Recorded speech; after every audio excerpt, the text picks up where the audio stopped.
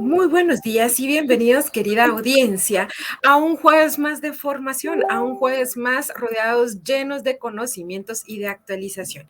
El día de hoy agradecemos al Instituto de Análisis e Investigación de Problemas Nacionales de la Universidad de San Carlos de Guatemala, IPNUSAC, por tomar este tipo de iniciativas y de modalidades para poder capacitar tomando alianzas junto al programa de educación continua y llevar a cabo el lema de ir y enseñar a todos. Hoy tenemos un tema muy interesante que es consideraciones sobre el proyecto de presupuesto 2022 en el ámbito de la inversión territorial. Hoy tenemos como conferencista especial a nuestra querida maestra Silvia Molina. Bienvenida, maestra. Es un honor y un privilegio contar con su distinguida presencia acá en el programa de educación continua. De igual manera, damos la cordial bienvenida a nuestro querido moderador el día de hoy, nuestro querido licenciado Cristian Castillo. Bienvenido, licenciado. Un honor y un privilegio contar nuevamente con su presencia. De igual manera, doy la cordial bienvenida a nuestra anfitriona coordinadora de IPNUSAC, nuestra querida maestra Heidi de Mata, que siempre va actualizando e innovando los conocimientos de toda nuestra querida audiencia. Bienvenida, querida maestra Heidi de Mata. Es un honor y un privilegio contar con su presencia. Bienvenidos. Gracias, maestra. Bienvenidos, querida audiencia. Reciban un cordial saludo por parte de nuestro querido señor rector en funciones, maestro Pablo Oliva, que siempre va a la vanguardia sumando más academia, más educación. No olviden inscribirse en el link que aparece en la página de Educación Continua. Ustedes llenan sus datos y luego de llenar sus datos regresan a nuestra fanpage. Durante la transmisión, no olvide colocar su nombre completo y entre paréntesis las palabras en línea. Esto es indispensable para que ustedes puedan generar su diploma de participación. Cualquier duda o comentario será un gusto poderlos atender en Messenger de Educación Continua. No olviden seguirnos en nuestras redes sociales, en Instagram como Educación Continua USAC y en TikTok, igual como en nuestro canal de YouTube. Si ustedes no pudieron ver la conferencia o desean actualizar sus conocimientos o bien descargar la conferencia, síganos en nuestro canal de YouTube como Educación Continua USAC. Será un gusto poderlos apoyar en cualquier conferencia que ustedes deseen, querida audiencia. Sin más preámbulo, voy a dejar en el uso de la voz y doy la cordial bienvenida a nuestro querido licenciado Cristian Castillo. Bienvenido, licenciado, el uso de la voz es suyo. Muy agradecido, Sara. Buenos días a toda la comunidad universitaria que nos acompaña esta mañana, profesores, investigadores, docentes, estudiantes y en general a toda la comunidad sancarlista, agradecidos con el hecho que nos acompañen en estos intercambios de conocimiento que al cierre del año se hacen en torno al proyecto de presupuesto de ingresos y egresos del Estado para el año fiscal 2022.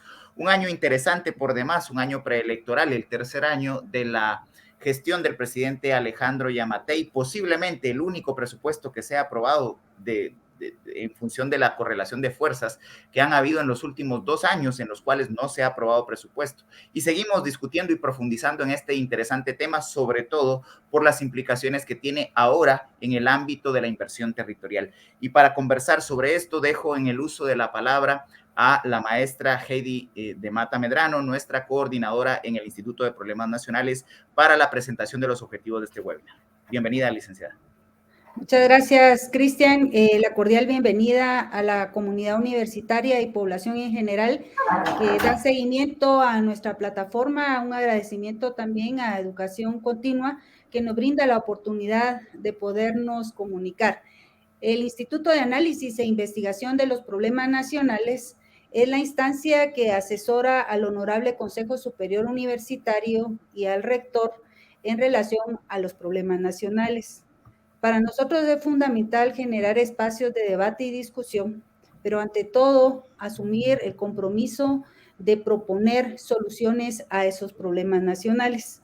Es importante el pensamiento crítico, pero también la capacidad de plantear soluciones a esos problemas nacionales. Queremos invitarlos también a que puedan visitarnos acá en el edificio S11, en el campus central, en el salón 100 y 103 de la ciudad universitaria de la zona 12. Ahí pueden obtener su revista número 36 y de igual manera les invitamos a que puedan descargar la revista virtual que circula cada 15 días a través de la siguiente dirección: www.ipn.usac.edu.gt. Ahí pueden descargar incluso la revista impresa y desde luego la revista virtual. Para nosotros es de gran importancia poder integrar la docencia, la investigación y la extensión en aras de contribuir a solucionar estos problemas nacionales. Hoy vamos a abordar el tema ante todo, el presupuesto 2022 en el ámbito de la inversión territorial. La Universidad de San Carlos de Guatemala ha aprobado nuestra agenda estratégica, que es una propuesta desde la academia, y nosotros consideramos que es importante que exista una planificación, que existan criterios técnicos para promover esa inversión y que se pueda construir ese desarrollo integral y sostenible. Y ante todo, fundamental el alineamiento de los recursos del gobierno central, CONADUR, el sector privado y desde luego la cooperación internacional. Hay grandes retos y desafíos producto de esta crisis y ante todo en términos de la pandemia es urgente promover ese desarrollo integral y sostenible. Así que muchas gracias. A usted, maestra, y para iniciar precisamente las reflexiones en torno a la inversión territorial y las perspectivas por parte del presupuesto 2022, nos acompaña el día de hoy la maestra Silvia Abigail Molina Saldaña. Ella es economista de la Universidad de San Carlos de Guatemala, magíster en Dirección y Gestión Pública Local por la Universidad Carlos III de Madrid, exdirectora de la Escuela de Gobierno y Gestión Pública del proyecto de la presidencia y vicepresidencia en el periodo 2006-2007 y docente de la Facultad de Ciencias Económicas de nuestra universidad, además de consultora internacional para diferentes agencias de cooperación. Para esta presentación, la maestra tendrá 30 minutos y ustedes recordarles que pueden hacer sus preguntas por la vía del chat, las cuales se estarán atendiendo luego de la presentación, y habrá un intercambio entre los asistentes con la experta que hoy nos conduce en el análisis de las implicaciones de la inversión territorial. Así que dejo en el uso de la palabra a la maestra Saldaña. Bienvenida. Gracias, licenciado Cristian. Bueno, vamos a empezar en materia. Antes que nada, tengan todas muy buenos días. Para mí es un gusto compartir con ustedes este análisis que es de suma importancia, conocer el impacto que tiene la inversión pública en el país y cómo esta inversión pública pues es precisamente la que puede dinamizar la economía y el desarrollo del país. Como bien lo dijo el licenciado Cristian, pues parte de la experiencia que yo tengo es trabajar directamente con los gobiernos locales y con las comunidades en la participación ciudadana. Eso me ha permitido trabajar y aportar con ellos en fortalecimiento institucional, en planificación, en ordenamiento territorial, también en la formación en la administración pública y en el estudio de las políticas públicas. Pero ya entrando en materia, al tema que hoy nos toca abordar y que es un tema que es coyuntura nacional en la época en la que nos encontramos, pues yo le pediría a Susi que por favor pusiera la presentación. Y quiero que sea una presentación completa porque como vamos a ver cuadros y gráficas, pues me gustaría para que el público las pueda apreciar de mejor manera, si la pone directamente. Muchas gracias. Bien, para entrar en materia, déjenme decirles que si puede la siguiente lámina, por favor. Acá, gracias. Como ustedes podrán ver, para poder determinar el monto del presupuesto, hay ciertas instituciones en el país, las premisas y las variaciones macroeconómicas que son indispensables para poder establecer cuál va a ser el monto del presupuesto de ingresos y egresos del Estado. Estas instituciones son el Banco de Guatemala, el Ministerio de Finanzas Públicas y la Superintendencia de Administración Tributaria, SAT. El siguiente, por favor.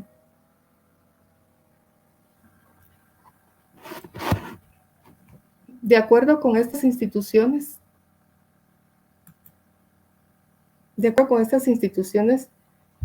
las variables macroeconómicas que fueron determinantes para establecer el monto, el Banco de Guatemala determinó que para el año 2022 la economía puede crecer en un rango del 3.5 a un 5.5%. Esto como consecuencia de la generación de la producción de los diferentes sectores de la economía. Esto quiere decir el Producto Interno Bruto. La carga tributaria que está determinando para el 2022 se estima que será de un 10.7% respecto al PIB y por lo tanto se espera que haya un incremento comparado con el año presente de un 0.8%. Las proyecciones sobre la inflación se encuentran entre un 3 a un 5%. Yo aquí quiero detenerme y matizar este dato, porque precisamente en estos últimos meses hemos estado viendo un incremento significativo en el combustibles y lubricantes, en el gas propano, y también se anuncia ya que a finales de año tendremos también un incremento en la energía eléctrica, a lo que se le llama la matriz energética. Y como ustedes saben, cuando se incrementan este tipo de productos de esta matriz energética, tiene un efecto también en el incremento de los precios en otros productos. Por lo tanto, yo tengo mis reservas si efectivamente esta estimación se cumplirá en el próximo año. Eso pues ya lo veremos. El déficit fiscal que se estimó fue de un 2.8% respecto al PIB. Cuando hablamos de déficit fiscal, lo que estamos haciendo acá es encontrar la diferencia que hay entre los ingresos que percibe el Estado de Guatemala versus los gastos proyectados. Y como 8%, lo cual no se puede cubrir con los ingresos que obtiene el Estado. Por lo tanto, para poder cubrir este déficit, se estima un endeudamiento del 2.1% del PIB. Por lo tanto, el proyecto de presupuesto aprobado para el 2022, que sigue siendo un proyecto que está presente, se presentó ya al Congreso, es de un 14.9% respecto al PIB. Ayer, y aquí voy a improvisar en esta parte, que ayer fue una noticia que ya la Comisión de Finanzas del Congreso hizo un dictamen técnico en donde está incrementando esta propuesta de los 103,000 millones, lo está incrementando en 2,000 millones más. Entonces, veremos finalmente qué es lo que sucede en el Congreso, si esa propuesta se aprueba o no, y si esas modificaciones presentadas por la Comisión Técnica serán tomadas en cuenta o sufrirá todavía aún otras modificaciones. ¿Verdad?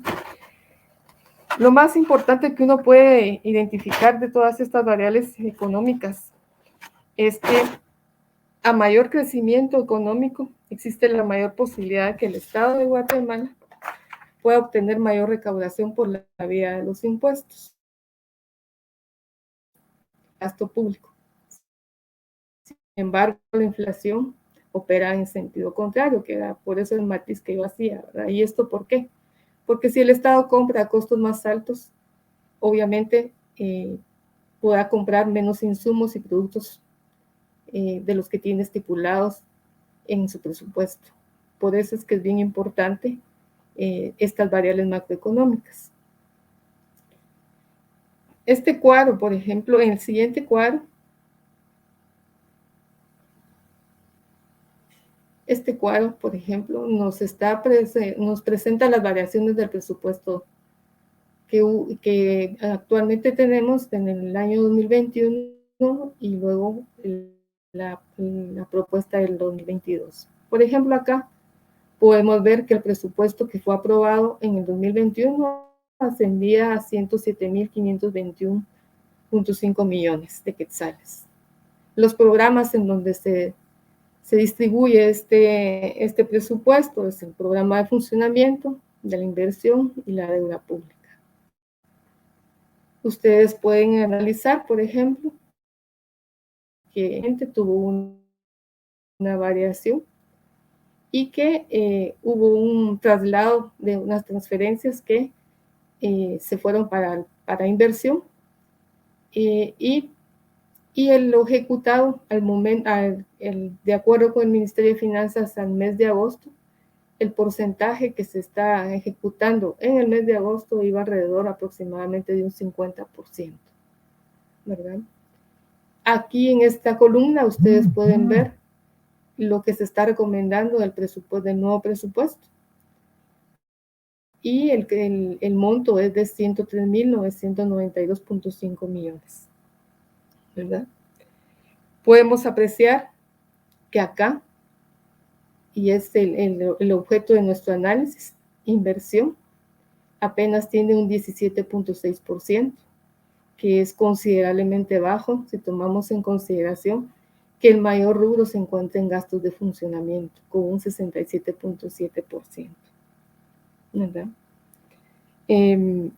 Estas variaciones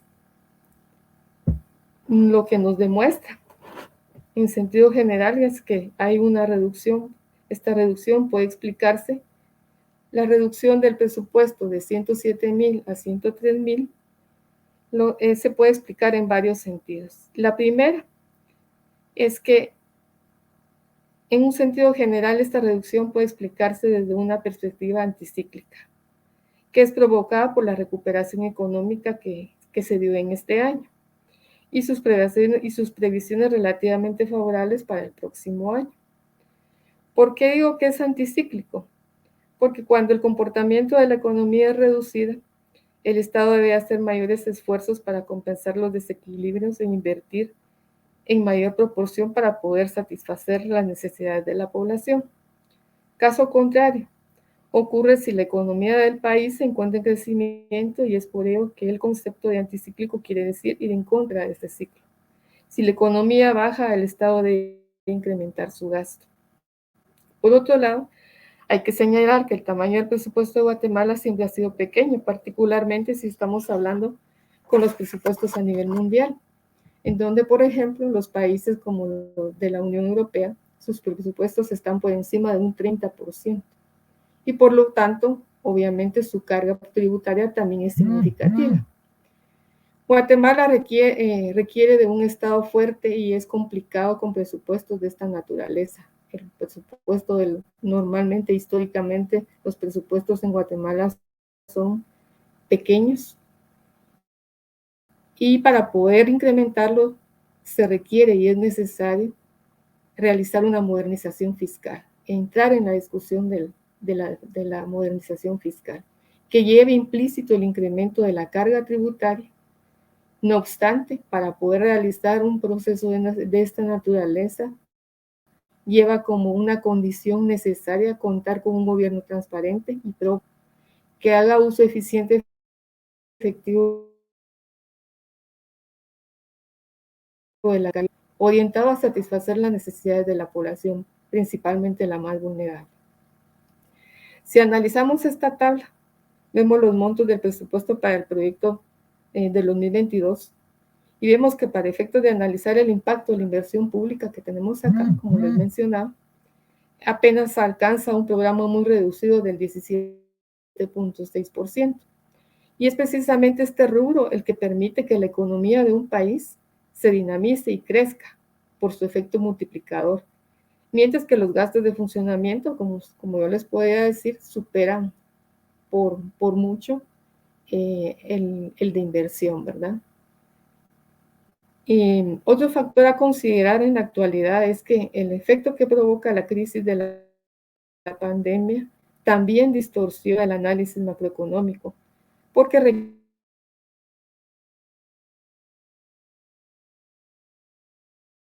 en la actual fue necesario incrementar el presupuesto y esto se hizo principalmente por la vía del endeudamiento. Era necesario, hay una crisis y pues hay que recurrir al endeudamiento, pero ese endeudamiento siempre y cuando sea bien utilizado.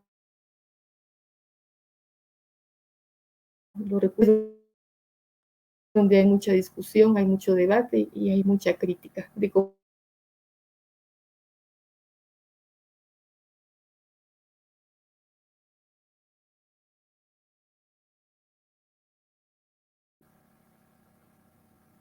podamos apreciar que la caída del monto presupuestario para este proyecto del presupuesto de 2020 es de 3.529 millones. Si podemos regresar a la siguiente diapositiva, por favor. No, en la que estábamos, perdón. No, perdón. Estábamos en la anterior. Esta, sí, gracias. Solo para terminar.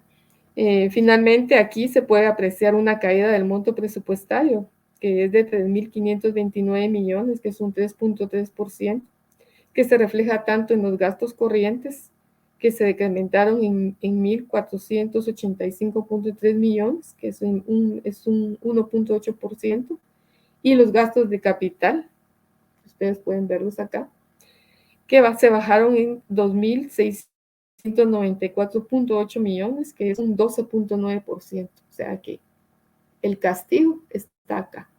Y como les decía yo, es en la inversión y es aquí donde se puede dinamizar la economía del país. Por lo tanto, esto es preocupante. Sí, ahora sí, si podemos pasar al siguiente cuadro.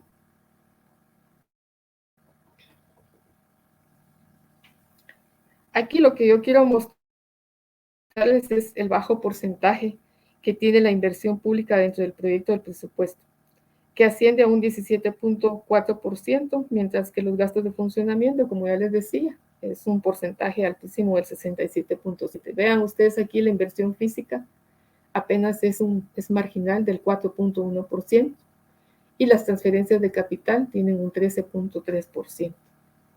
Estas dos principalmente son las que nos dan a nosotros la inversión de capital, la inversión física territorial en el país. Lo cual significa que con una inversión tan reducida, el esfuerzo que se requiere para dinamizar la economía también es limitado.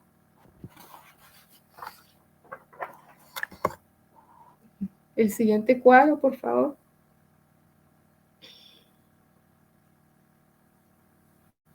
La siguiente diapositiva. Acá lo que yo quiero mostrarles es el programa de inversión pública. Y vemos cómo todo el programa de inversión pública asciende a 18.260 millones 414.124. De este monto, el 23.5% de la inversión centralizada. Cuando hablamos de la inversión centralizada, nos estamos refiriendo a las obras físicas de los ministerios del Estado, del gobierno central, ¿verdad? Y estamos viendo que las transferencias de capital ascienden a un 75.6%. Esto quiere decir que es a través de las transferencias que se hacen a otras entidades descentralizadas y autónomas, entre ellas las municipalidades y los consejos de desarrollo, es donde está el mayor porcentaje de la inversión.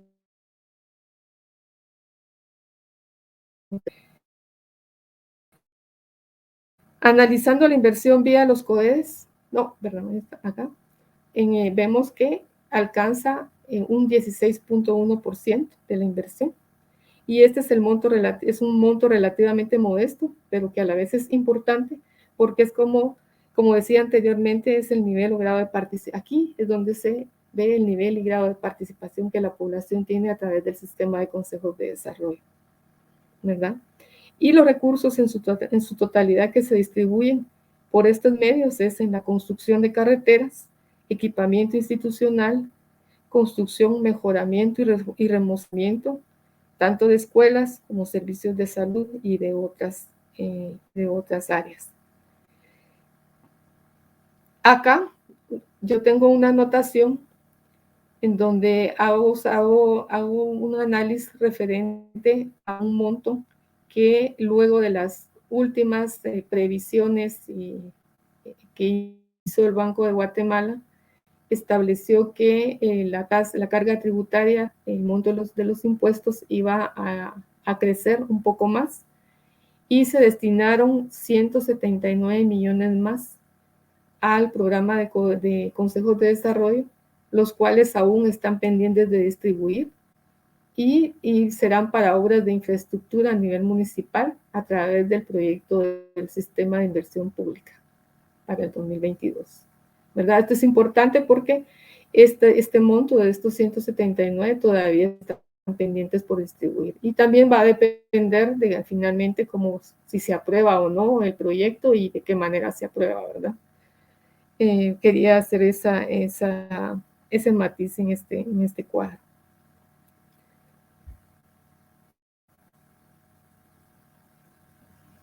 Aquí, en este cuadro, finalmente, como les decía, quería yo evidenciar en dónde está principalmente la inversión física de capital, ¿verdad? Y vemos que está en las transferencias de capital y las transferencias que se hacen a los consejos departamentales de desarrollo urbano y rural. La siguiente, por favor. Aquí esta gráfica es más que todo la puse para que ustedes puedan visualizar cómo se ve la inversión, ¿verdad?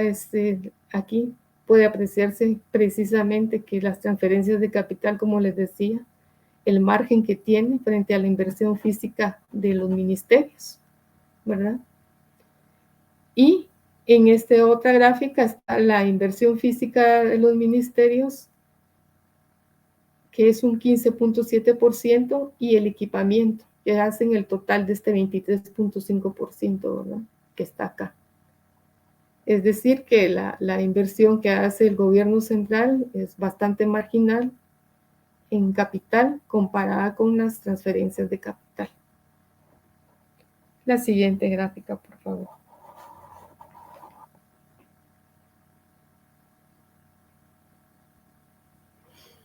Esta otra gráfica lo que nos demuestra es precisamente el nivel de inversión de equipamiento del gobierno central, que si bien es cierto no tiene una relación directa con el impacto en el territorio, pero que sí puede ser significativo de acuerdo a los criterios que deben responder, entre ellos la dotación de equipo que se requiere. Perdón, acá lo que yo quería era en esta gráfica es ver que el MISIBI es de todos los ministerios de la inversión que tienen capital, es MISIBI el que tiene el mayor porcentaje, ¿verdad? Con un 43.7%, y los COE siguen siendo los que tienen aún con la baja inversión, los que más aportan con un 49.1%. Si ustedes analizan, y los otros ministerios es muy residual la inversión que tienen en capital, ¿verdad? En la siguiente gráfica, por favor.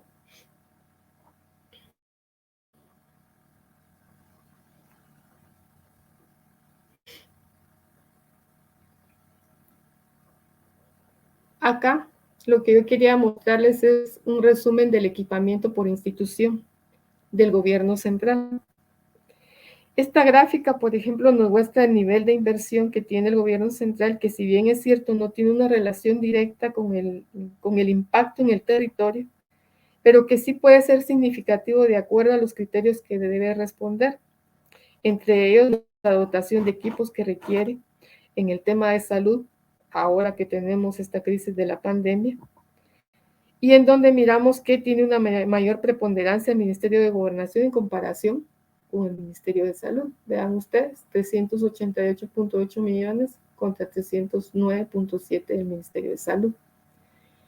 Y aquí, pues lógicamente llama la atención esa distribución territorial de la inversión, ¿verdad? Porque pues cuando uno va en el territorio y uno escucha, por ejemplo, a las autoridades de los gobiernos municipales en el manejo de esta crisis de la pandemia, uno puede darse cuenta cómo prácticamente el gobierno central dejó bajo la responsabilidad de los gobiernos municipales dotar de insumos a todos los centros de salud que tienen en sus municipios, porque totalmente se encontraban desprovistos y la pandemia los agarró en una situación en la que no estaban preparados. Y le ha correspondido en una enorme proporción a los gobiernos municipales tener que equipar y dotarles de muchos insumos y de equipo a los centros de salud. Y cuando uno mira el aporte que hay por parte del Ministerio de Gobernación en los territorios, en promedio, si son municipios con poblaciones de 40, mayores de 40, 60 mil, uno encuentra que la capacidad instalada de Ministerio de Gobernación en subestaciones policiales llegan, si mucho, a 25 elementos policiales que no están todo el tiempo atendiendo, porque atienden turnos, otros de vacaciones, y al final serán unos 10 en municipios grandes. En municipios pequeñitos a veces hay 2 o 3 policías, 4 policías. ¿Y cómo con esta cantidad de policías pueden ellos atender y apoyar para efectos, por ejemplo, de la crisis que estamos viviendo, de la pandemia, y de controlar que las medidas impuestas por el Ministerio de Salud y por gobierno central, incluso por los gobiernos locales para prevención y control del contagio, puedan prevenirse? Si hay pocos elementos, y adicionalmente a eso, tampoco cuentan con los recursos necesarios. Muchas veces ni siquiera tienen un lugar apropiado donde vivir, donde dormir, y prácticamente acuden a los gobiernos locales para que sean ellos los que les doten de todos esos insumos y de esa infraestructura de la que carecen y la que el gobierno central en ningún momento les está otorgando.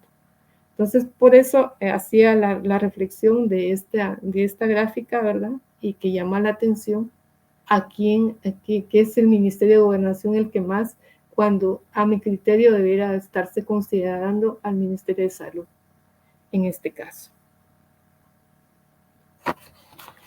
La siguiente, por favor.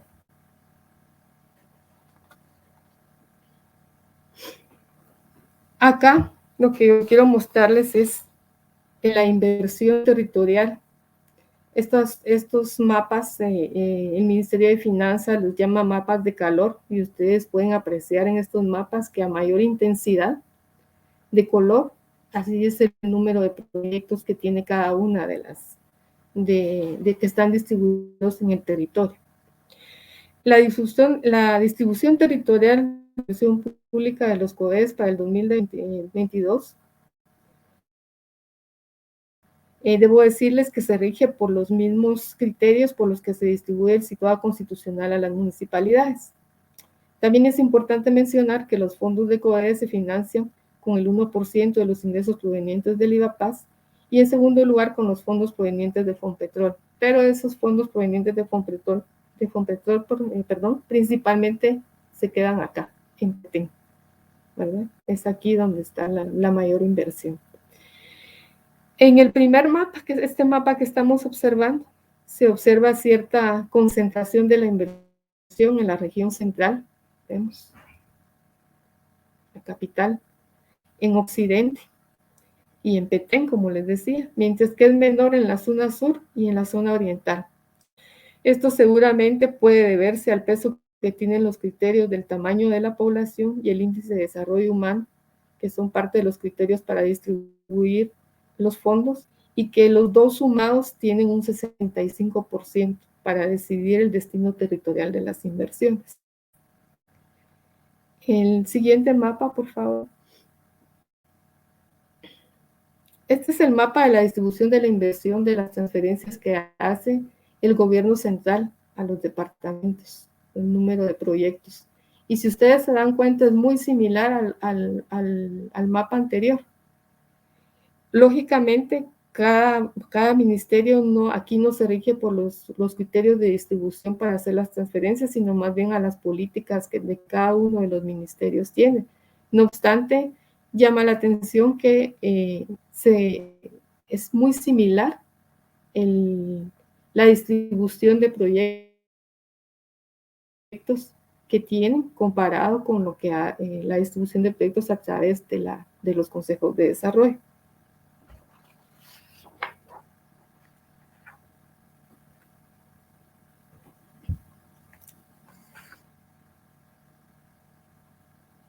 Ahora bien, pues yo no quiero alargarme mucho con tanta información. Bien, vamos a ver qué surgen las preguntas. Quisiera pasar a la siguiente, a manera ya de hacer algunas reflexiones y recomendaciones en torno al porcentaje de la distribución de la inversión pública en el país. Para manera de reflexión, una de las cosas que quisiera decir es que lo más notorio, obviamente, lo vengo diciendo a lo largo de la presentación, es ese recorte presupuestario que se hizo, ¿verdad?, a expensas de la reducción de la inversión pública. Ello aunado a que, como les planteaba también, el monto del presupuesto continúa siendo insuficiente para atender las demandas de la población y el fortalecimiento del Estado de Guatemala. Yo siempre he dicho que el Estado de Guatemala debe cumplir con ciertas premisas. Una de ellas es fundamental que sea un Estado fuerte, ¿verdad?, que sea un Estado moderno, que sea un Estado transparente y que debe apuntar en esas mismas tres premisas, que a tener la capacidad de asegurar el crecimiento económico con equidad y que el modelo de desarrollo sea ambientalmente sostenible. Partiendo de esa primera reflexión, considero que una primera recomendación debería estar orientada a revisar y a reducir el recorte de los gastos de capital con el objeto de emplear estos recursos en obras de interés estratégico y con diseños pensados en condiciones de distanciamiento y ventilación ante estas y otras eventuales circunstancias pandémicas y hechos similares por los que estamos enfrentando. ¿Por qué digo esto? Porque en la situación que estamos, la pandemia ha venido a cambiar totalmente el modo de vida que teníamos. Y eso lo que refleja es que tenemos que adaptarnos a nuevas condiciones, a la población tenemos que adaptarnos a nuevas modalidades de convivir y de vivir. Y por eso yo creo que puede pensarse en dotación de instalaciones necesarias como la ampliación de accesos a poblados, la construcción de terminales de transporte y en centros de comercialización al mayoreo, así como la reconversión de escuelas y centros de salud que permitan la implantación de medidas de bioseguridad, que de esta manera el país dispondría de instalaciones diseñadas para actividades tanto económicas como sociales, apropiadas para operar en las condiciones actuales, y que estas sean prorrogadas por más tiempo y que, de ser posible, reconvertirles si eso fuera necesario en el mediano plazo. La siguiente, por favor.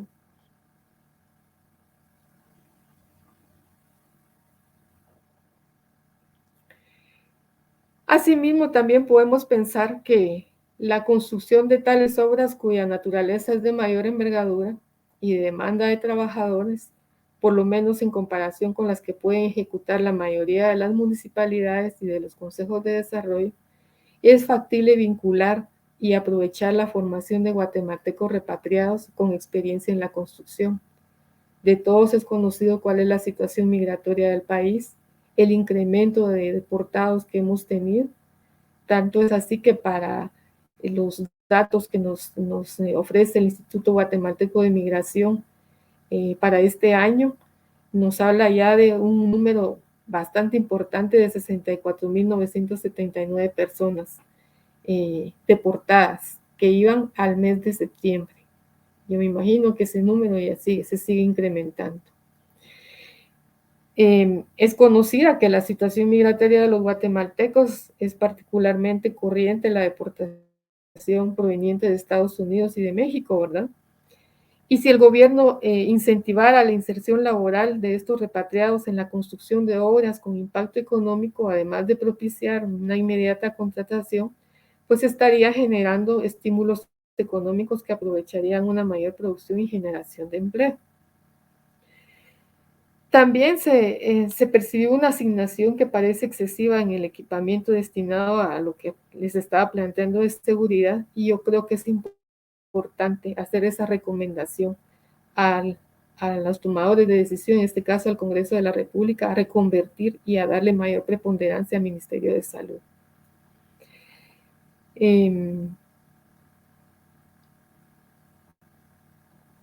La siguiente, por favor.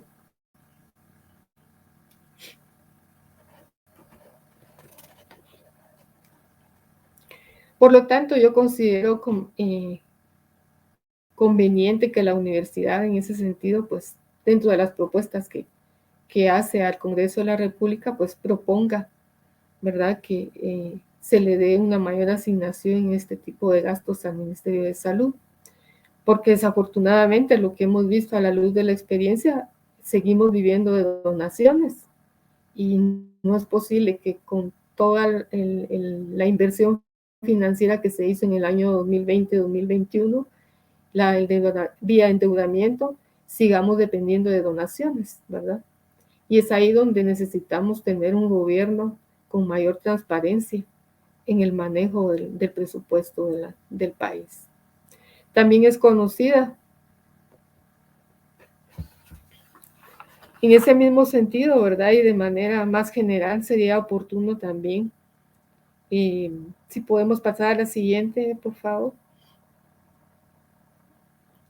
Sería oportuno plantear que se invierta más en facilitar el acceso a la población a tecnologías de comunicación digital que pueden aprovechar los servicios de educación y salud a distancia e incluso para la activación de alertas de emergencia, lo que tiene sentido debido a la ruralidad que aún es considerablemente importante en Guatemala. De todos es conocido la situación de los estudiantes a nivel nacional, desde el nivel preprimario hasta la universidad, el abandono que ha habido. Y vemos un Ministerio de Educación, por ejemplo, que tiene y persiste dentro de su presupuesto con un seguro escolar que genera muchas dudas la utilización de estos fondos, mientras que no está atendiendo aspectos como estos, ¿verdad?, que son importantes y que dificultan tremendamente que los estudiantes puedan continuar con sus estudios. Y entonces eso lo que nos está implicando, es tremendamente un abandono, una deserción escolar a todo nivel. Y desde luego, todos estos argumentos de los que yo estoy planteando es una simple ilustración de lo que puede y debería hacerse por la ciudadanía siempre que el Estado disponga de voluntad política, también de una capacidad técnica administrativa y de los valores de formación públicos que la gestión pública y la sociedad demandan, ¿verdad? Estamos en una situación crítica, la población demanda y tiene sobre todo en el área rural, la precariedad es importante y necesitamos hacer este cambio. Es importante para el país, es importante que los tomadores de decisiones, y ahora está en manos del Congreso, tomen en cuenta estas recomendaciones y la situación imperante en el país. Pues yo lo dejaría hasta acá, ¿verdad? No quiero poner más gráficas y más cuadros, preferiría, pues si hay algunas preguntas o inquietudes, poder responderlas. Gracias por escucharme y gracias por su atención. A usted, licenciada, por su presentación. Efectivamente, ya tenemos una buena cantidad de preguntas para la etapa de intercambio.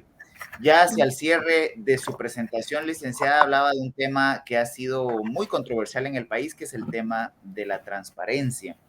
Es por muchos conocido que para algunos políticos el tema de la inversión les hace agua a la boca, porque algunos malos políticos han referido a que no hay obra sin sobra, y esto ha llevado a que, sobre todo en la inversión territorial, en la microinversión, haya una pérdida de recursos también por actos de corrupción. En datos de Acción Ciudadana de hace algunos años, Acción Ciudadana refería que por lo menos el 25% del presupuesto general de ingresos y egresos del Estado era vulnerable a hechos de corrupción. ¿Cómo atender y enfrentar esta problemática? Sobre todo porque usted ya refería en su presentación que los recursos son escasos. Sin embargo, esos escasos recursos pueden superar los 10,000 millones de quetzales en el proyecto de presupuesto para el próximo año. Sí, efectivamente. Yo por eso decía, ¿verdad?, que hay una condición indispensable para el manejo de los recursos, Y esa es la transparentar el gasto y la calidad del gasto, ¿verdad? Y ahí juega un papel muy importante varias instituciones. La Contraloría General de Cuentas juega un papel fundamental.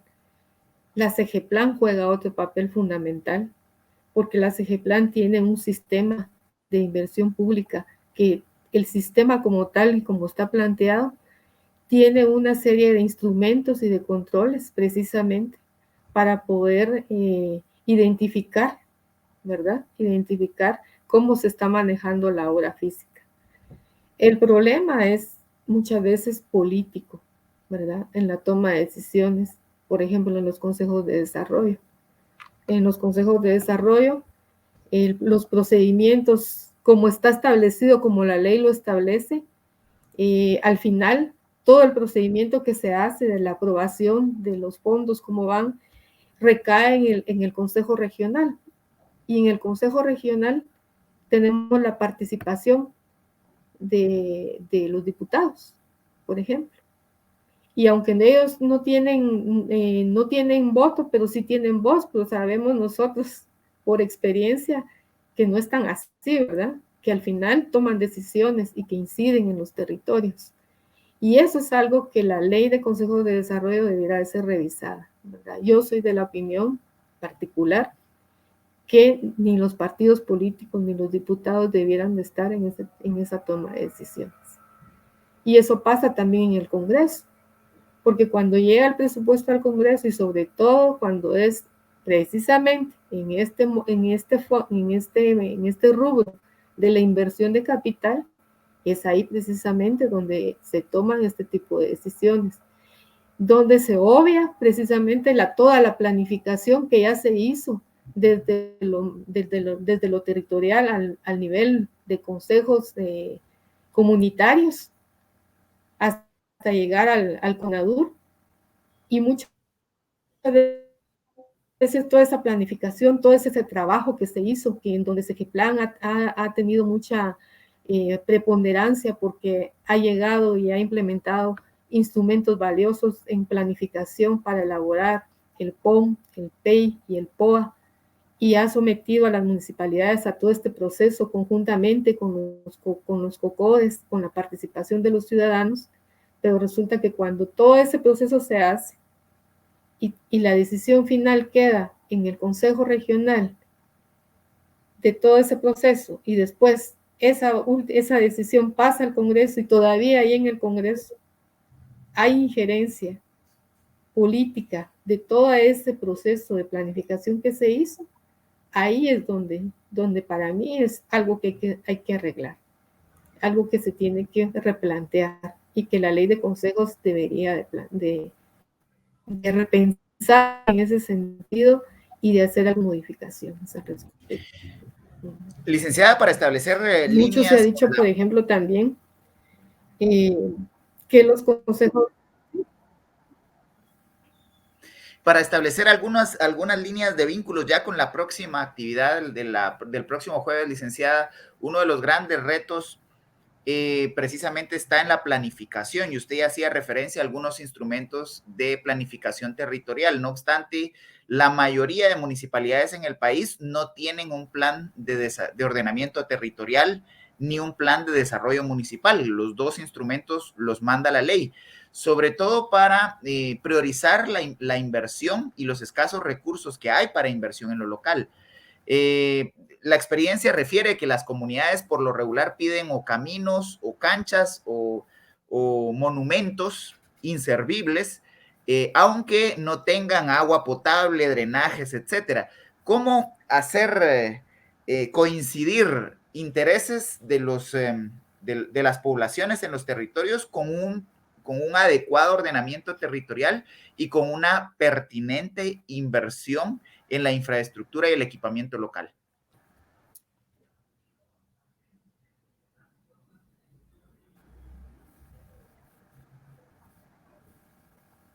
¿Nos escucha, licenciada? Bueno, déjenme contarle que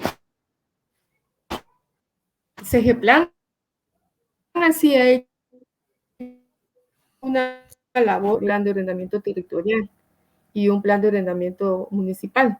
Sí los tienen.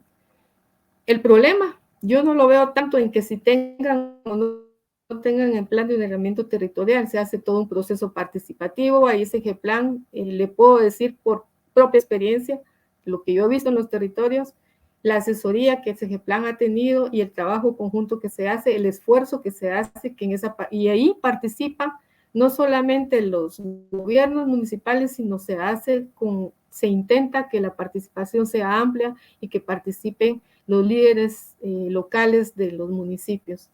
El problema está en que se priorizan las necesidades y en esos planes están priorizados. Pero luego los municipios se encuentran con una dura realidad. Las necesidades son inmensas, pero el presupuesto no alcanza para cubrir todas esas necesidades.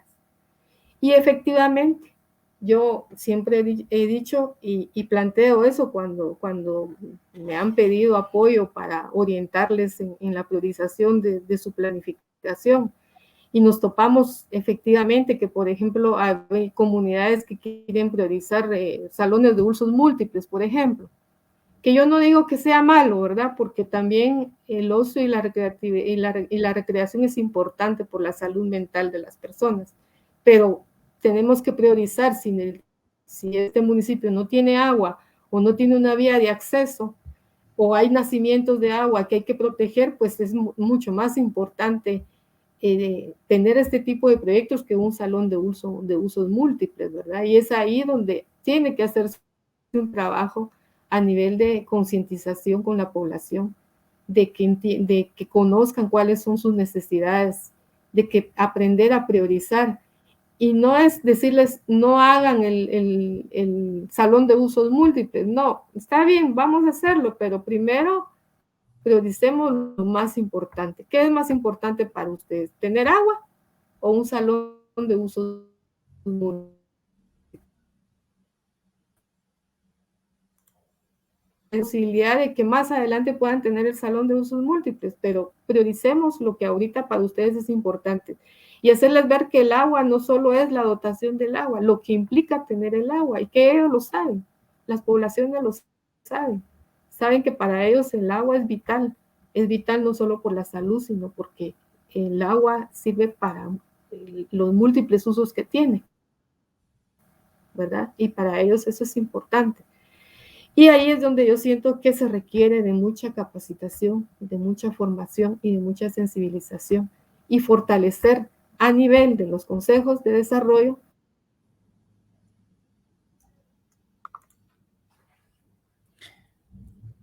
Me parece que estamos teniendo problemas con la conexión de la licenciada Molina.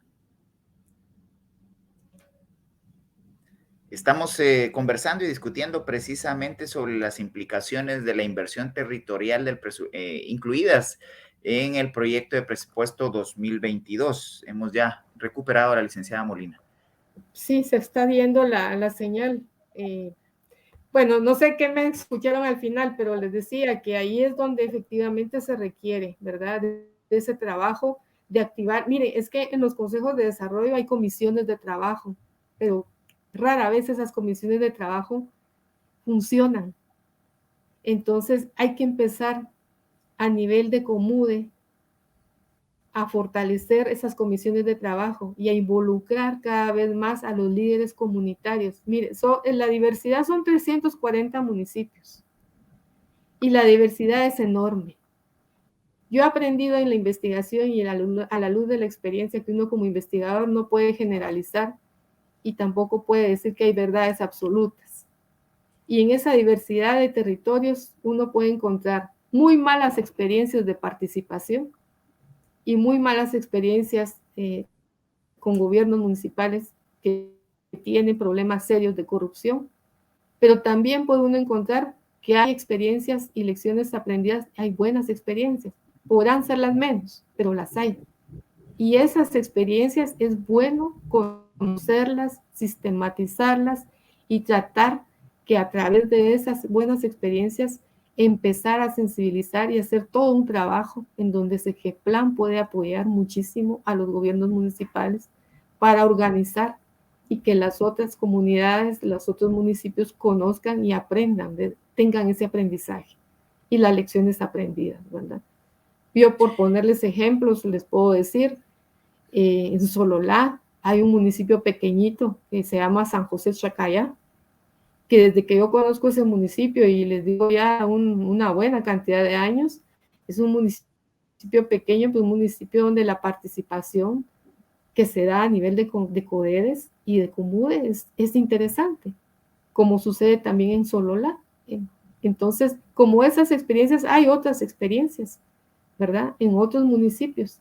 Entonces, todo eso se tiene que aprender, y un problema serio que se tiene a nivel local es que no se sistematiza todo ese tipo de experiencias, toda esa información, y es importante porque de ahí se sacan, hay muchas lecciones, buenas como malas, y de eso se puede reconvertir para poder intentar mejorar los niveles de transparencia y los manejos de la gestión. Licenciada Henry González pregunta respecto de las fuentes de financiamiento de los gobiernos locales, además del situado constitucional que reciben las municipalidades y de los fondos que pueden utilizar los gobiernos locales, principalmente destinados por el sistema de consejos de desarrollo urbano y rural. ¿Qué otras fuentes de financiamiento podría tener los gobiernos locales para promover sus proyectos de inversión y desarrollo territorial?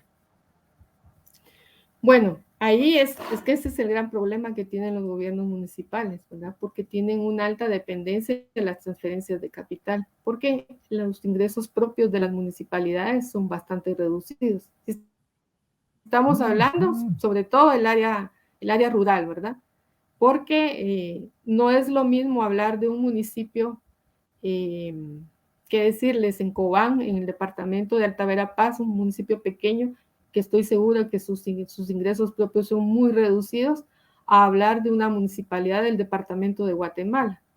Todos sabemos que las municipalidades del departamento de Guatemala, pues su recaudación de ingresos propios es significativa, ¿verdad? El cobro del YUSI, el cobro que tienen de las diferentes tasas de agua y arbitrios que tienen, son superiores, superan por una cantidad muy importante a un municipio rural, ¿verdad?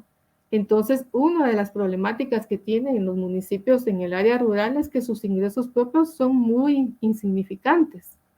Y luego hay que tener claro también que las transferencias de capital que se hacen de gobierno central a las municipalidades tienen un condicionamiento, que solamente el 10% de esas transferencias pueden ser utilizadas para funcionamiento. Todo lo demás tiene que ir a inversión, ¿verdad? Entonces, las municipalidades tienen muy pocos recursos para poderse manejar. Aparte de eso, pues ellos recuperan otro tipo de ingresos, es la circulación de vehículos, el boleto de ornato, los impuestos de circulación de vehículos, perdón, el boleto de ornato, otro tipo de tasas que puedan cobrar.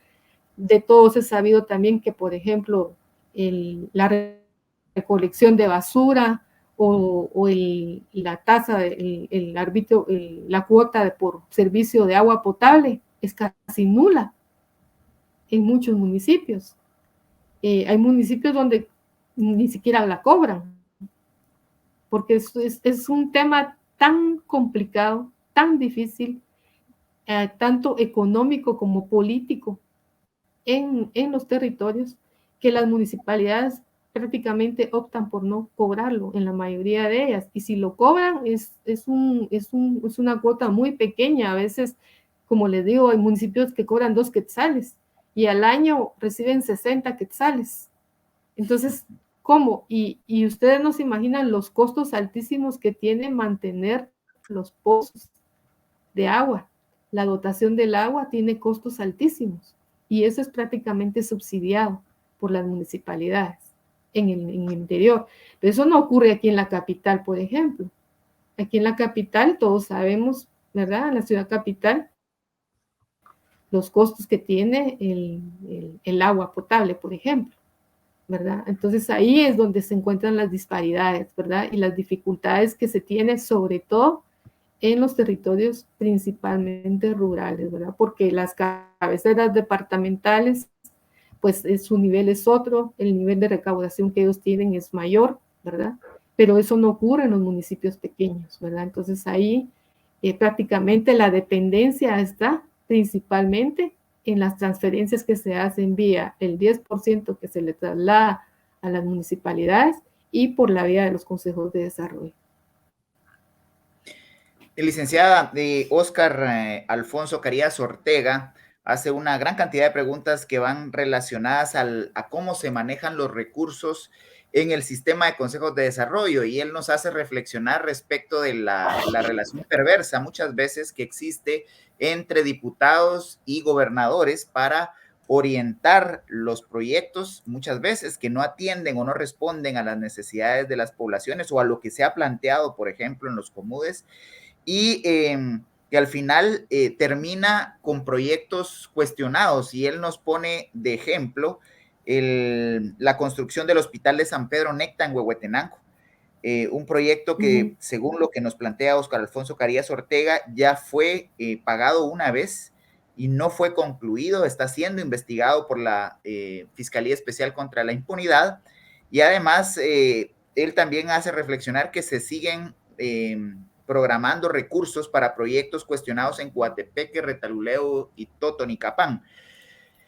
¿Cómo evitar ese círculo vicioso de corrupción en donde las comunidades participan activamente, se logran consensos en los comudes, pero a la hora de llegar a los codedes hay este tipo de relaciones perversas entre intereses políticos de diputados que tienen muchas veces sus propias constructoras, gobernadores que también buscan el tema de la incidencia en la asignación de proyectos, y al final la población pidió agua y recibió una cancha de usos múltiples? Por ahí había un diputado muy especializado en canchas de usos múltiples y habían por todo el país.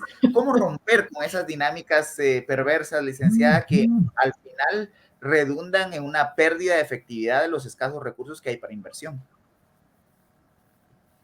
Sí, es que ahí volvemos otra vez al tema de la fiscalización, ¿verdad? Ahí, como les digo, ahí juega un papel importante la Contraloría de Cuentas, el Ministerio Público, ¿verdad? Y la auditoría social, ¿verdad? Porque la auditoría social es bien importante, pero el problema es que si se hacen las denuncias, las poblaciones denuncian, pero la Contraloría de Cuentas no juega su papel, no hace su papel, y tampoco traslada al Ministerio Público, y en el Ministerio Público tampoco esos procesos siguen, no cumplen con hacer su trabajo, entonces nos quedamos en un círculo vicioso, ¿verdad? En una impunidad que se está viviendo, en donde todo ese tipo de denuncias solo llegan a eso, a denuncias, en el mejor de los casos, ¿verdad? Mira, la Contraloría de Cuentas, para mí, es un actor fundamental y muy responsable de la situación en la que nos encontramos como país de cooptación y de corrupción. Muchas veces, a nivel municipal, uno se da cuenta que llega a la Contraloría y con la finalidad de ir a encontrar hallazgos, porque tiene que encontrar hallazgos. Pero es que hay algo bien importante que no sé si ustedes han analizado la Contraloría de Cuentas, que la Contraloría de Cuentas se nutre financieramente de todos esos hallazgos que encuentra. Y muchos de esos hallazgos que encuentra son administrativos.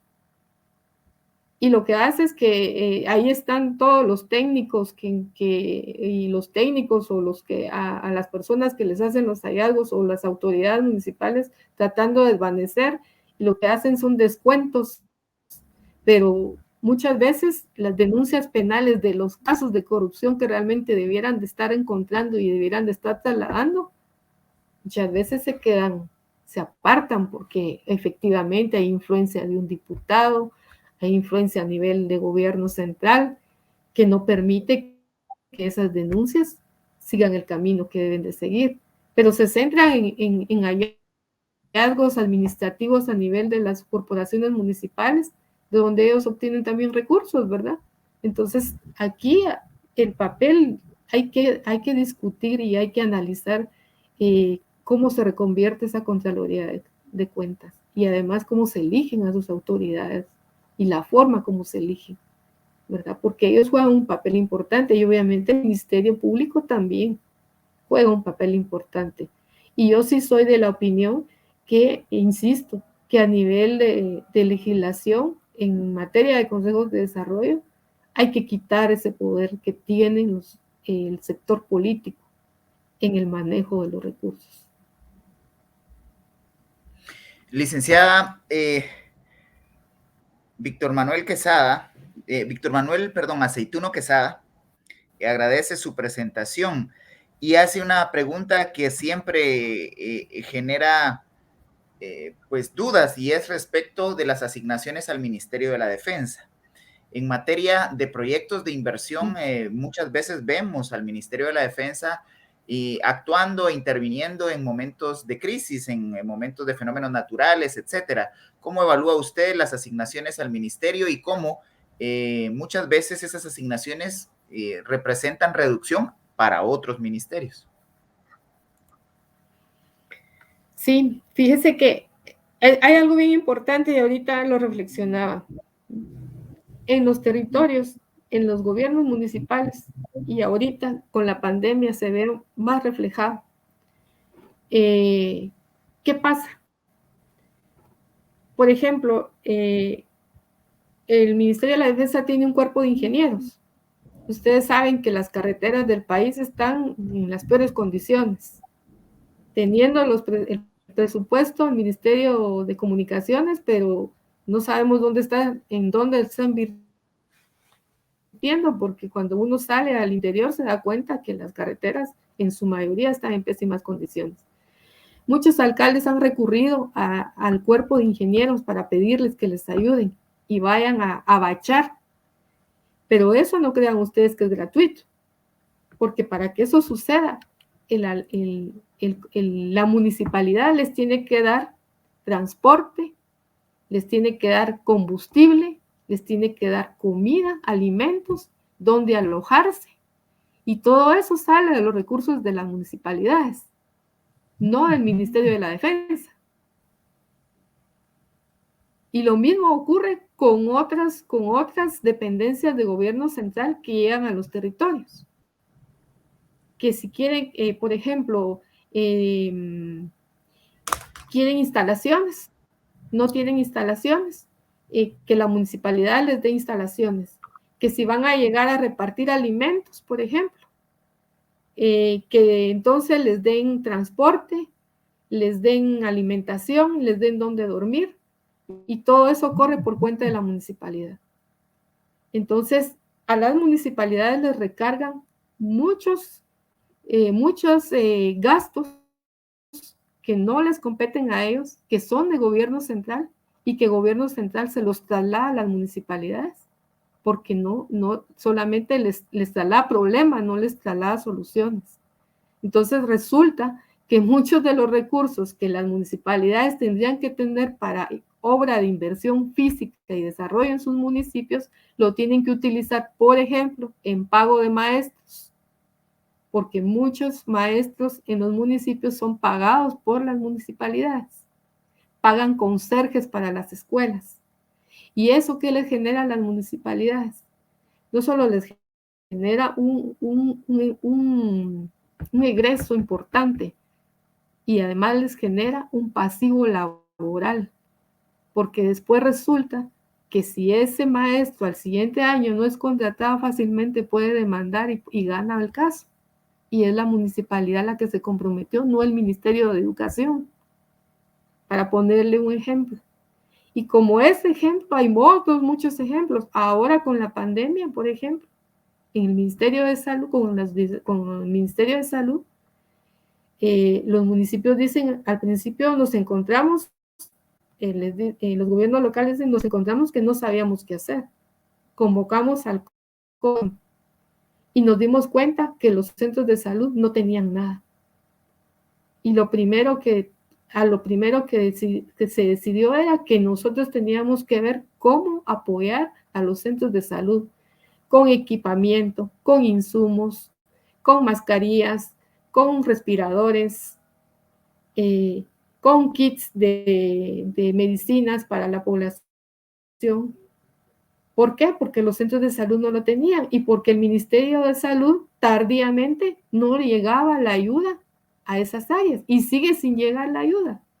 Entonces, resulta que los gobiernos municipales destinan un monto importante, considerable de sus recursos a obligaciones que son de gobierno central.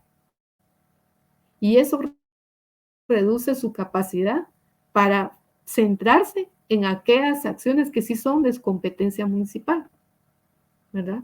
Como la dotación de agua potable, la saneación y otro tipo de servicios públicos que presta, que sí son función de los gobiernos municipales.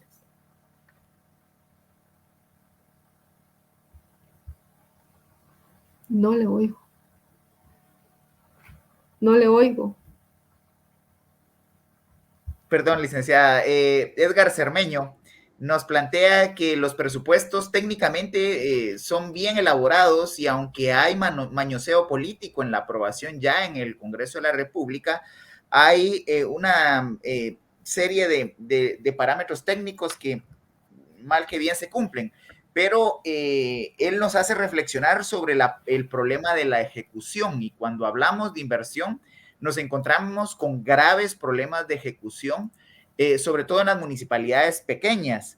La baja calidad técnica de funcionarios que son los encargados, por ejemplo, de armar proyectos o los atrasos en la integración de los dosieres, de los documentos, etcétera, muchas veces hacen que en el sistema de consejos de desarrollo haya recurrentemente un problema de reprogramación de obras. Y al final todo esto redunda en que vamos alimentando esa cadena de corrupción o esa cadena de opacidad porque se atrasan los proyectos, porque tratan de meter los proyectos para que solamente les asignen número de SNIP y dejar amarrados los montos. Hay una serie de problemáticas asociadas precisamente al tema de la ejecución. ¿Cómo evalúa usted que puede mejorarse el tema de la ejecución de proyectos, principalmente en los gobiernos locales? Mire, aquí hay varias cosas. Lo primero es, donde tienen el principal problema las municipalidades es precisamente en la capacidad técnica de sus equipos, sobre todo en los municipios más pequeños. ¿Por qué? Porque los municipios más pequeños, su capacidad de recursos de funcionamiento son limitados. Para que usted tenga un buen técnico, le tiene que pagar un salario medianamente aceptable para tener un buen técnico, sobre todo en la dirección de planificación y tener un equipo de planificación que le responda.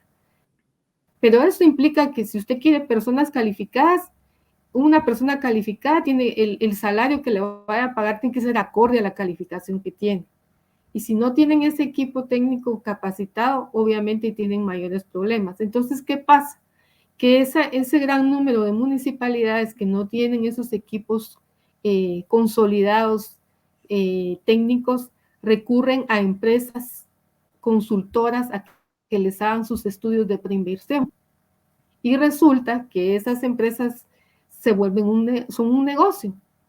Y tienen no solo una municipalidad, tienen un montón de municipalidades a las que les hacen esos estudios de preinversión. Y como dicen los técnicos de las municipalidades, nuestro principal problema es que no nos entregan los estudios. Se atrasan mucho en la entrega de los estudios de preinversión. Y cuando nos los entregan, vienen de muy mala calidad. Entonces se los devolvemos porque a nosotros sabemos que Segeplan no nos los va a recibir y nos vuelven a atrasar. Y en ese manejo, ojo, nos hemos percatado que muchas de esas consultoras, hay dueños que son los dueños, son diputados, ¿verdad?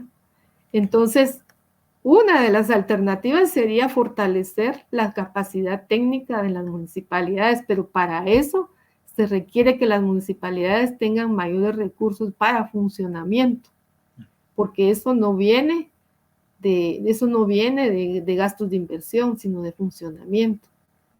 Hay que fortalecer esa área. Y es complicado, sobre todo en territorios donde la población es pobre, pobreza extrema, ¿Qué tasas, qué impuestos puede recaudar un municipio donde tiene población con esas condiciones de pobreza, ¿verdad? Entonces, ahí también las transferencias de capital también habría que revisar para poder incrementar ese recurso que vaya a funcionamiento, que les permita a las municipalidades poder mejorar sus equipos técnicos. Porque la solución vendría por ahí, tener mejores equipos técnicos dentro de las municipalidades que hagan esos estudios de preinversión y no estar dependiendo de estas empresas consultoras, ¿verdad? Que en su mayoría presentan estudios de muy mala calidad, ¿verdad? Y eso afecta tremendamente. Ahora también hay otro aspecto bien importante y es que SEGEPLAN tiene ahí una enorme responsabilidad y una tarea bien importante porque de acuerdo con la metodología que tiene SEGEPLAN con el Sistema de Inversión Pública Nacional, no se puede entrar al sistema. Ninguna municipalidad puede entrar ningún proyecto al sistema si no lleva su estudio de preinversión, si no lleva el estudio de factibilidad.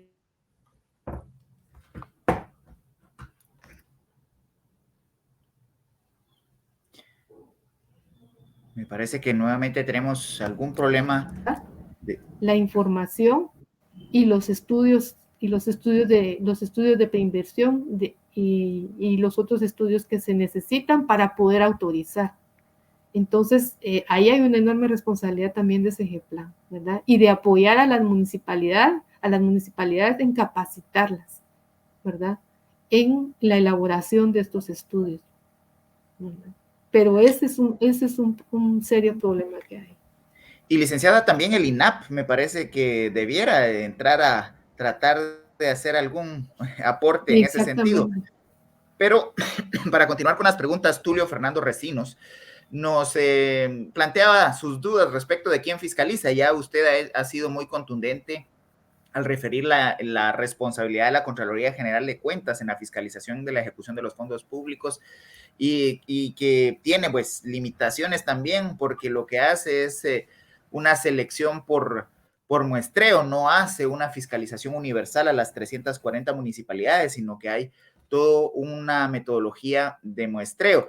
Entonces ya Tulio ha sido contestado en su pregunta, pero luego Alberto González nos pregunta un elemento muy técnico y es el SNIP.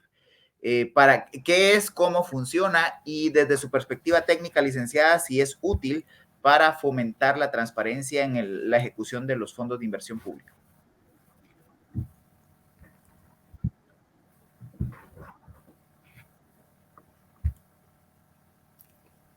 No les... Perdone, Cristian, pero no le oigo retardado, no logré captarle la pregunta, disculpe. Bien, es una pregunta de Alberto González, quien consulta sobre qué es el SNIP, cuál es, cómo funciona. Sí, ahora sí le escucho. Licenciada, es una pregunta de Alberto González que cuestiona cuál es la funcionalidad del SNIP, qué es el SNIP y desde su perspectiva técnica si es útil para garantizar la transparencia en la ejecución de los fondos públicos en proyectos de infraestructura. Ay, perdón, es que no se le oyó una parte, solo le oí proyectos de infraestructura, pero lo demás no. Bueno, le comento, licenciada, es la pregunta de Alberto González. Sí, ajá. Él cuestiona respecto del SNIP, cómo funciona, si es útil para garantizar la transparencia en el uso de los fondos públicos para la inversión. Vamos a ver, el SNIP es una herramienta importante, necesita mejoras, ¿verdad? Y yo creo que todo es mejorable. Yo soy de la opinión que, y por eso hacía énfasis, ¿verdad?, en la responsabilidad que tiene SEGEPLAN en el control que efectivamente de los proyectos que ahí se ingresan, porque tiene toda una herramienta, todo un procedimiento que es controlado desde el momento en que se perfila el proyecto, en que se presenta el estudio de preinversión, en que se presenta el estudio de pre y factibilidad, y todo el proceso de ejecución. Ahí, SEGEPLAN, en ese sistema, tiene todas las herramientas para controlar por dónde va el proceso, ¿verdad? Y incluso tiene la responsabilidad de vigilar desde el inicio, desde el inicio que se programó el proyecto hasta la ejecución final e ir a supervisar. Esa es parte de la función que tiene SEGEPLAN con los técnicos, ¿verdad? Y tienen y ahí es donde se puede también apoyar a las municipalidades en mejorar la calidad de los proyectos que se ejecutan y que se implementan en sus municipios y en sus territorios, ¿verdad? Porque ellos tienen por eso a mí me suena complicado cuando alguien dice, dicen los técnicos de SEGEPLAN que la mayoría de los proyectos que presentan las municipalidades no tienen estudios de preinversión. ¿Cómo así? Si ellos tienen un sistema de inversión pública nacional en donde lo primero para poder ingresar y que les den un código SNIF es que tenga ese estudio de preinversión y que tenga los otros estudios. Y si no los tiene y si no llena las calidades porque tienen técnicos específicos para que examinen esos proyectos y que vean que reúna las calidades técnicas, no les dan el código. Y es más, los estudios de preinversión se los piden a las municipalidades un año antes. Es decir, si una municipalidad el otro año va a ejecutar un proyecto, este año ya tuvo que haber metido en una fecha específica sus estudios de preinversión, de pre y factibilidad para que SEGEPLAN durante todo este año los evalúe y se los apruebe y les dé el código SNIF, de lo contrario no se los da. Entonces el SNIF tiene una participación bien importante y SEGEPLAN tiene ahí una tarea fuerte, ¿verdad? De capacitar y de dotarles de herramientas a las municipalidades para poder apoyarlas en mejorar todo el sistema de elaboración y de calidad de los proyectos. El licenciada Alejandro Chivalante Cum nos refiere que también el tema de la inversión en lo territorial muchas veces va dirigido a generar clientelas políticas y no dirigido al desarrollo y no enfocado precisamente en mejorar las condiciones de vida. ¿Cómo ve usted la posibilidad de la inversión en proyectos productivos, que también es tema de inversión pública? Es que mire, eso es bien importante. Y yo soy de la opinión que ante la crisis que estamos viviendo y la crisis pandémica que también generó una crisis económica al inicio, es en los territorios. La alternativa es apuntar hacia los territorios. Y este tipo de proyectos son bien importantes, pero no se incursiona en ellos muchas veces porque hay poco conocimiento de las propias corporaciones municipales, de sus técnicos, y también una visión estratégica, también política, ¿verdad? De los consejos y de los mismos líderes comunitarios en empezar a invertir en este tipo de proyectos. Ahí es donde, por ejemplo, las mancomunidades han jugado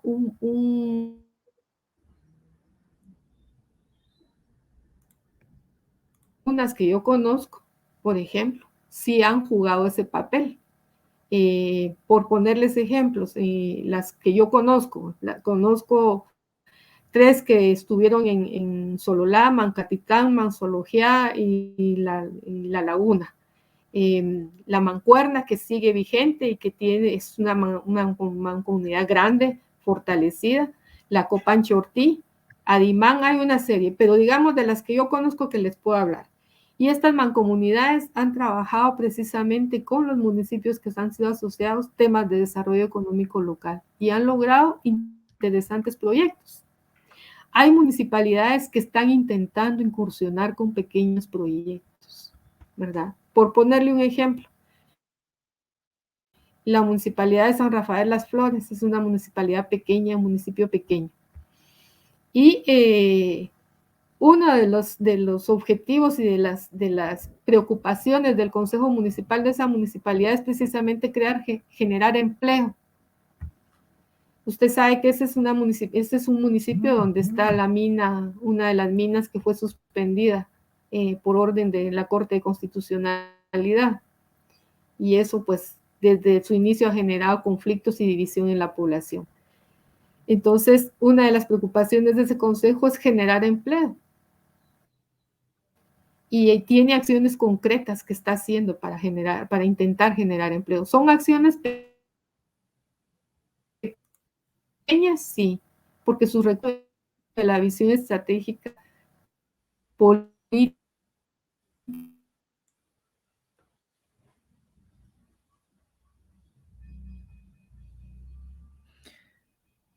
Seguimos teniendo algunos problemas de comunicación con la licenciada. Al parecer su internet está teniendo problemas. Estamos conversando precisamente sobre las implicaciones territoriales del proyecto de presupuesto 2022.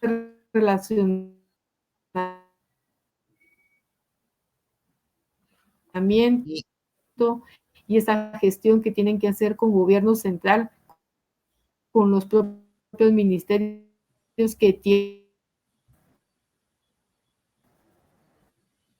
Cristian.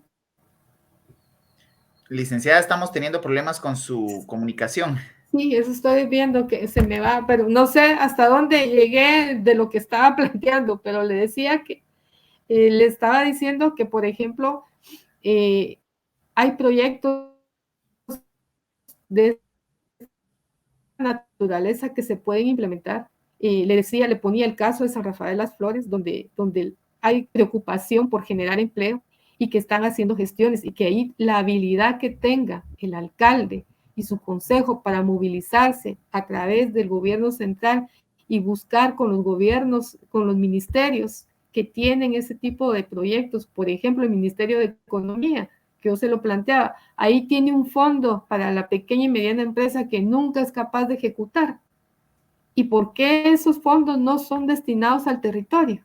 Para plantear proyectos de esta naturaleza que generen empleo. Mire, hay una cosa fundamental e interesante que yo me di cuenta en estos territorios, la juventud. Usted pregúntele a la juventud en el área rural si se quieren seguir especializándose en el área agrícola. La mayoría le contesta que no. Ellos quieren aprender inglés, ellos quieren aprender tecnología, quieren saber computación, quieren aprender las nuevas carreras técnicas que hay, sobre todo que tienen que estar relacionadas con la comunicación y la tecnología.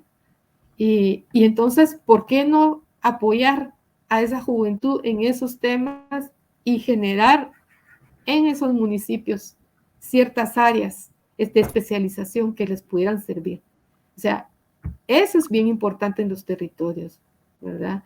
Claro, la parte de agricultura sigue siendo importante y hay que fortalecerla, pero ahí es a través de ampliar la cadena productiva. Pero para eso también se requieren recursos. Y ahí las municipalidades, a veces lo que pasa es que hay desconocimiento de cómo hacer esos procedimientos para no ser, porque la principal preocupación que ellos tienen es cómo me va a tratar la Contraloría. Me va a contar un hallazgo, me va a decir que eso no es mi competencia, que yo no me tengo que meter en eso y que yo no tengo que estar generando ningún tipo de actividad de esta naturaleza. Y eso pasa seguido. Entonces ahí es donde también la Contraloría tiene que empezar a trabajar esas áreas, a ellos mismos formarse y saber que las municipalidades perfectamente pueden hacer este tipo de acciones, que se pueden hacer y que ellos tienen que saber orientarlos, formarse ellos y saber orientarlos cuáles son los mecanismos legales para poderlo hacer, que se puede hacer, ¿verdad? Y yo, por ejemplo, le ponía los ejemplos de estas mancomunidades que han trabajado temas cruzados, manejo ambiental y tema de desarrollo económico local. Por ejemplo, tienen plantas de tratamiento de desechos sólidos y tienen recicladoras. Hay una muy exitosa en Sololá, que es de la mancomunidad de Mansología. es una planta de recicladora que es autosostenible, que paga a sus empleados y que genera ingresos a las municipalidades. Eso es desarrollo económico local. Y no es la única. Ahí hay mínimo 3 solo en Sololá. Y se dieron cuenta que a través del manejo de los desechos sólidos ellos pueden generar ingresos. Por ejemplo, supe de la experiencia ahorita en la pandemia de un municipio que cuando vio la necesidad que tenía la población de alimentos, compró alimentos y lo que hizo fue, no los donó por completo, sino que lo que hizo fue venderlos a mitad de precio. Y con eso lo que hizo fue que se generó ingresos propios. Le dio a la población a mitad de precio y los favoreció a los que podían comprar, a los que no se los donó, pero aquella población que sí podía comprar se la compró a mitad, se las vendió a mitad de precio y eso les generó a ellos ingresos propios. ¿Y qué pasa cuando una municipalidad genera ingresos propios? Su aporte constitucional también aumenta, porque ese es uno de los criterios que califican para poderles dar el aporte constitucional.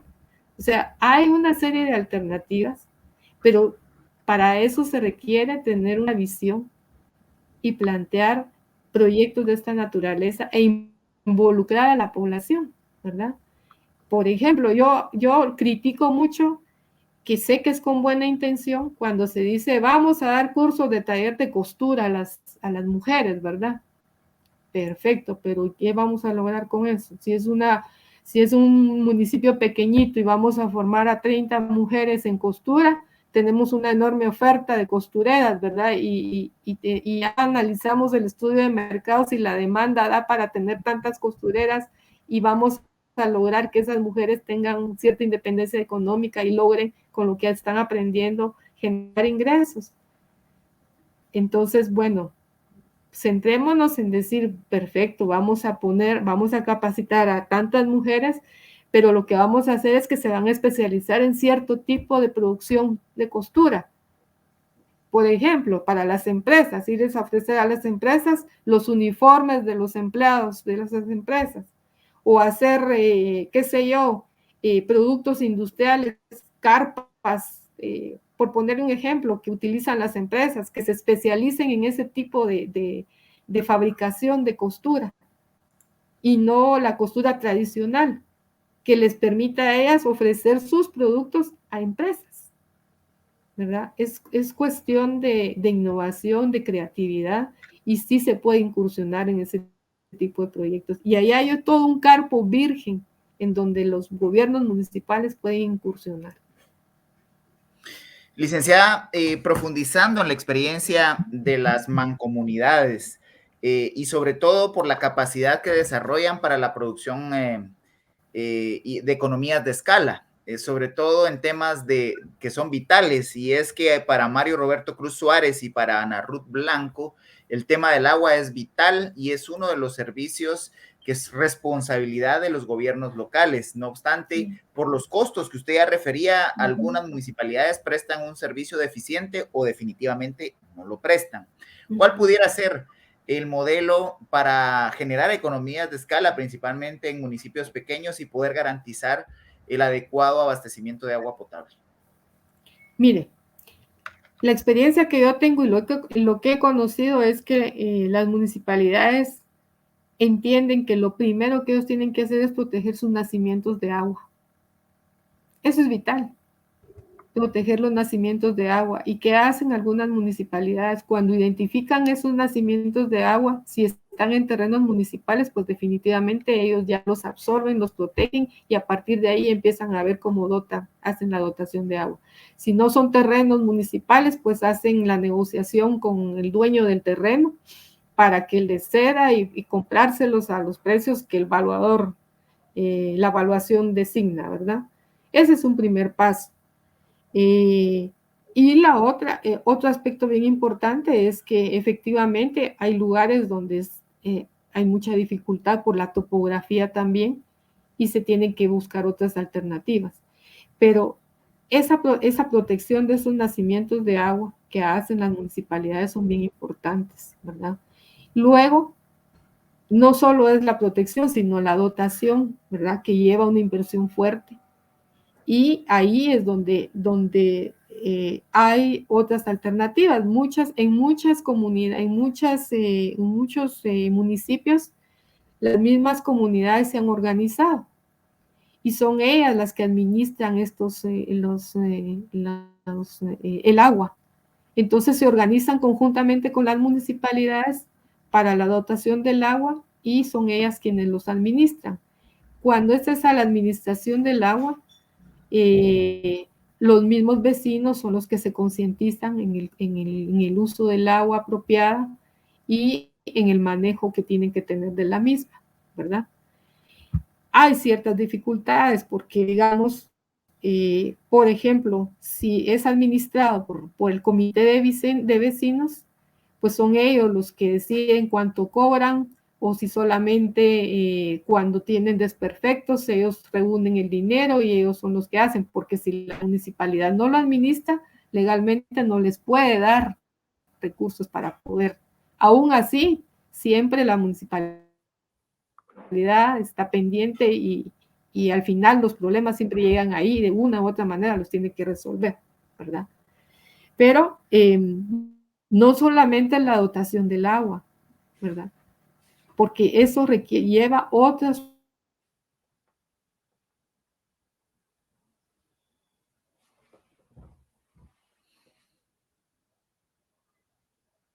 Me parece que seguimos teniendo problemas técnicos de comunicación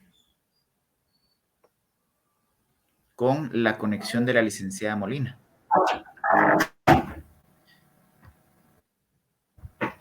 Estoy tratando, no sé qué problemas hay aquí, como que están arreglando algo y aquí, claro, que no me permite, por rato se me va la conexión, perdón, pero es algo. Si apaga su cámara puede mejorar la señal, licenciada. Voy a apagar. No, eso voy a hacer ahorita porque. Ahora, perfecto. Intentemos ahora, Cristian. Excelente. Nos quedamos con el tema de economías de escala a través de mancomunidades y estábamos conversando sobre el agua. Sí, le decía que las mancomunidades han trabajado mucho el tema del agua. Por ejemplo, en estos momentos, Mansología, en Sololá, tiene varios proyectos y los tiene con varios ayuntamientos, con Madrid, con Sevilla, con el País Vasco. Tuvieron mucho apoyo del gobierno de España a través de la Agencia de Cooperación Internacional en tema de agua y han trabajado bastante la dotación de agua potable.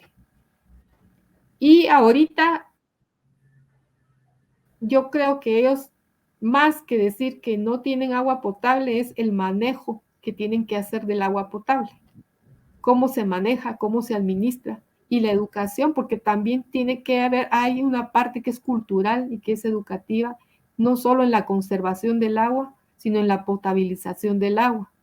Uno de los principales problemas que se tiene, y se lo van a decir todas las municipalidades, es en el área rural, la férrea oposición que tienen las comunidades a que el agua sea clorada, porque se oponen rotundamente, porque dicen que les cambia el sabor, que el olor no les gusta, y ustedes no saben las implicaciones que a nivel de salud tiene que el agua no sea clorada, y las sanciones que tienen las municipalidades por parte del Ministerio de Salud cuando el agua no es clorada. Y entonces ahí es donde se tiene que hacer todo un trabajo de sensibilización y de educación en las comunidades en estos temas. No solo en la conservación, no solo en la administración, sino también en la potabilización del agua, que también es fundamental. Y ahí las mancomunidades han hecho mucho trabajo, están trabajando bastante y la cooperación internacional ha apoyado y sigue apoyando. Lamentablemente, quiero decirles que hay un fondo en el Infón, que yo recuerdo que fue de $100 millones, que ese fondo prácticamente se desperdició, no lo pudieron ejecutar. Y duele, eso duele tremendamente porque era una donación y que a la fecha ahí sigue. sigue sin poderse ejecutar. Entonces, esas son cosas de gestión que tiene gobierno central y también los gobiernos locales en su momento que es necesario corregirlos, ¿verdad? Pero en ese sentido hay muchas experiencias. Las mancomunidades, como les decía, han trabajado y siguen trabajando tema de agua principalmente. Y hay muchas situaciones que se dan con el tema del agua. Por ejemplo, me decía en Mansología, ahorita hay una comunidad en donde les ofrecimos la dotación del agua, pero les pusimos de condición la cloración y el medidor. Cuando me dicen el medidor se refieren al contador. Y no quisieron el proyecto del agua porque no quieren ni la cloración ni quieren el contador. Y les digo yo, pero ¿y el contador? ¿Están cobrando el agua? No, pero es para que la gente a través del contador tenga la capacidad de hacer un uso adecuado del agua y no desperdiciarlo. Entonces no quisieron el proyecto porque no querían ni el contador ni querían el medidor.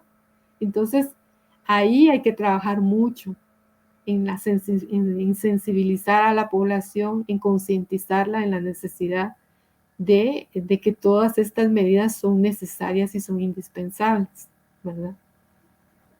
Licenciada, vamos a ir cerrando con esta última pregunta que plantea precisamente este último reto que usted nos ha compartido y es cómo el fracaso muchas veces de la gestión pública no se reduce exclusivamente a los funcionarios públicos. También las comunidades tienen responsabilidad en el fracaso de los proyectos o en la mala gestión de los programas de desarrollo local. Y es que Salvador Chojolán nos plantea que el reprogramar obras tiene un ingrediente que se llama COCODES. En las comunidades, para que den su visto bueno en el avance, piden su comisión.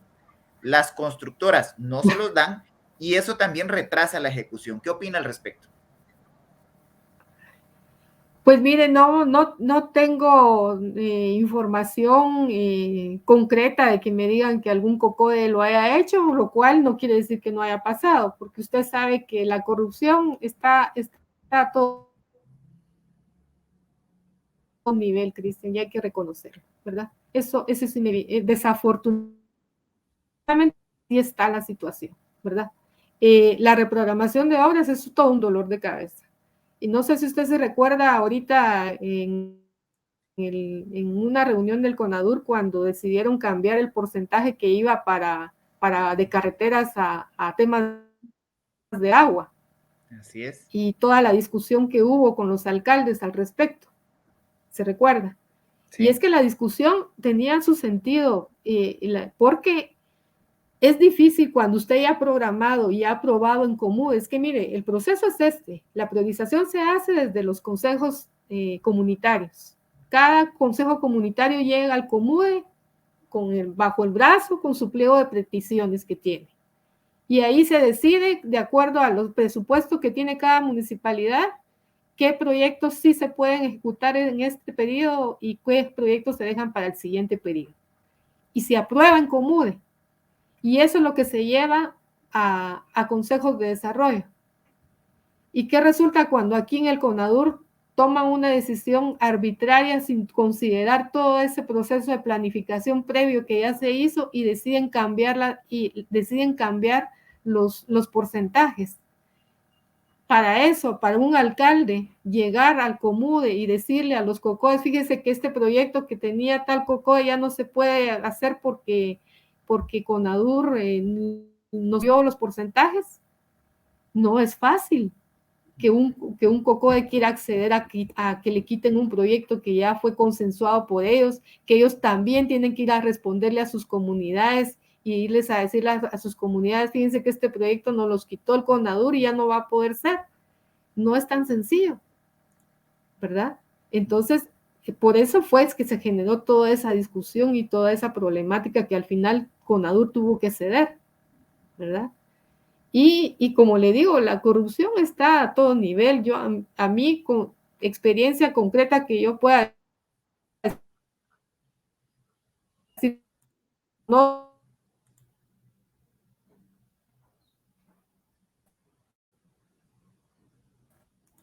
probablemente se dé. Y esas... Le escuchamos, licenciada. ¿Me escucha? Sí, le escuchamos. Sí, le decía que esos niveles de corrupción tienen que corregirse.